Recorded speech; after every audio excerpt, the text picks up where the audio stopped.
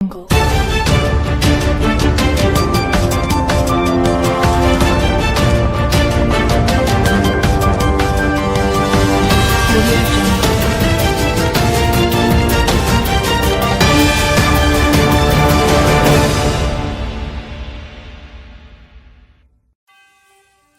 JSSC CGL paper leak मामले की जांच की मांग को लेकर दाखिल जनहित याचिका पर मंगलवार को सुनवाई हुई।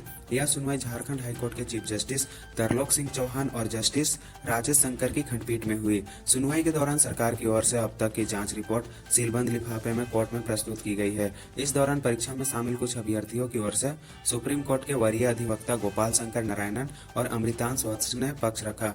दोनों ने अदालत को सुप्रीम कोर्ट के नीट मामले में दिए आदेश का हवाला देते हुए कहा कि परीक्षा के परिणाम को इतने अधिक दिनों तक रोककर रखना किसी भी मायने में उचित नहीं है। उन्होंने अदालत से इस बात को लेकर आग्रह किया कि मामले की जांच जारी रखते हुए परिणाम जारी करने की जल्द से जल्द अनुमति दी जाए। अब जांच कब तक चलेगी, इसकी कोई अवधि निर्धारित नहीं है और वर्ष 2016 के बाद से राज्य में कोई नियुक्ति भी नहीं हुई है। ऐसे में परिणाम पर रोक को हटाना चाहिए। इस मामले में प्रार्थियों की ओर से विरोध भी किया गया। प्रार्थियों का सीधे तौर पर कहना था कि परीक्षा में पेपर लीक हुआ है और इसकी सीबीआई से जांच अनिवार्य रूप से होनी चाहिए, जबकि सरकार ने अपनी ओर से कहा है कि पेपर लीक नहीं हुआ है।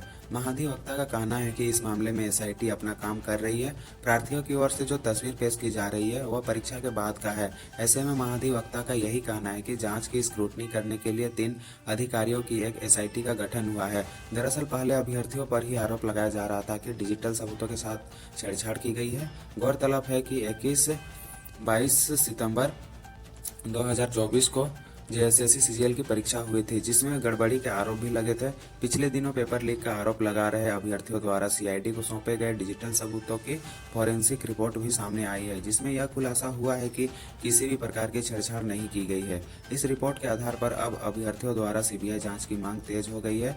अब एसआईटी कोर्ट को रिपोर्ट सौंपने वाली है। प्रार्थियों की ओर से वरीय अधिवक्ता अजित कुमार और समीर रंजन ने कहा है कि सरकार दोषियों को बचाने की कोशिश कर रही है। इस मामले की जांच फिलहाल सीआईडी कर रही है।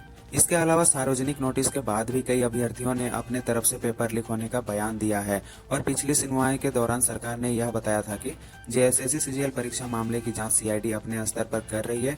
इस मामले में अगर हम पहली केस की बात करें तो रांची पुलिस से टेक ओवर करने के बाद दर्ज किया गया था, जो रातू थाने में दर्ज हुआ था। इन संबंध में प्रकाश कुमार और अन्य की ओर से हाईकोर्ट में जनहित याचिका दाखिल की गई है, जिसमें पूरे मामले की सीबीआई जाँच की मांग उठ रही है।